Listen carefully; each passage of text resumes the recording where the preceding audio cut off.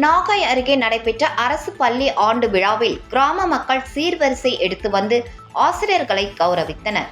நாகப்பட்டினம் மாவட்டம் வடக்காலத்தூரில் செயல்பட்டு வரும் ஊராட்சி ஒன்றிய நடுநிலைப் பள்ளியின் ஆண்டு விழா கோலாகலமாக நடைபெற்றது.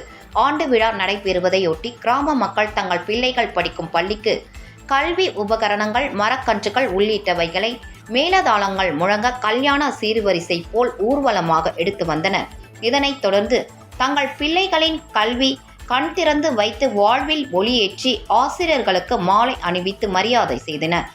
இந்நிகழ்ச்சியில் அறிவியல் கண்காட்சி, கலை திருவிழா மற்றும் பல்வேறு விளையாட்டுப் போட்டிகள் நடைபெற்றது. தனியார் பள்ளிகளுக்கு இணையாக அரசு பள்ளி மாணவர்கள் சினிமா பாடல்கள், கிராமிய பாடல்களுக்கு ஏற்ப வண்ணமிகு ஆடைகள் உடுத்தி நடனமாடி பார்வையாளர்களை அசத்தினர். இந்நிகழ்ச்சியில் வட்டார கல்வி அலுவலர் சிவக்குமார், அன்பழகன், பள்ளி தலைமை ஆசிரியர் பத்மாவதி, பள்ளி மேலாண்மை குழு தலைவி ரேவதி, மாநில பெற்றோர் ஆசிரியர் கழக துணைத் தலைவர் ஜெயபாலன், பள்ளி வளர்ச்சி குழு தலைவர் ஏழுமலை மற்றும் பள்ளி ஆசிரியர்கள், முன்னாள் மாணவர்கள், பொதுமக்கள் கலந்து கொண்டனர்.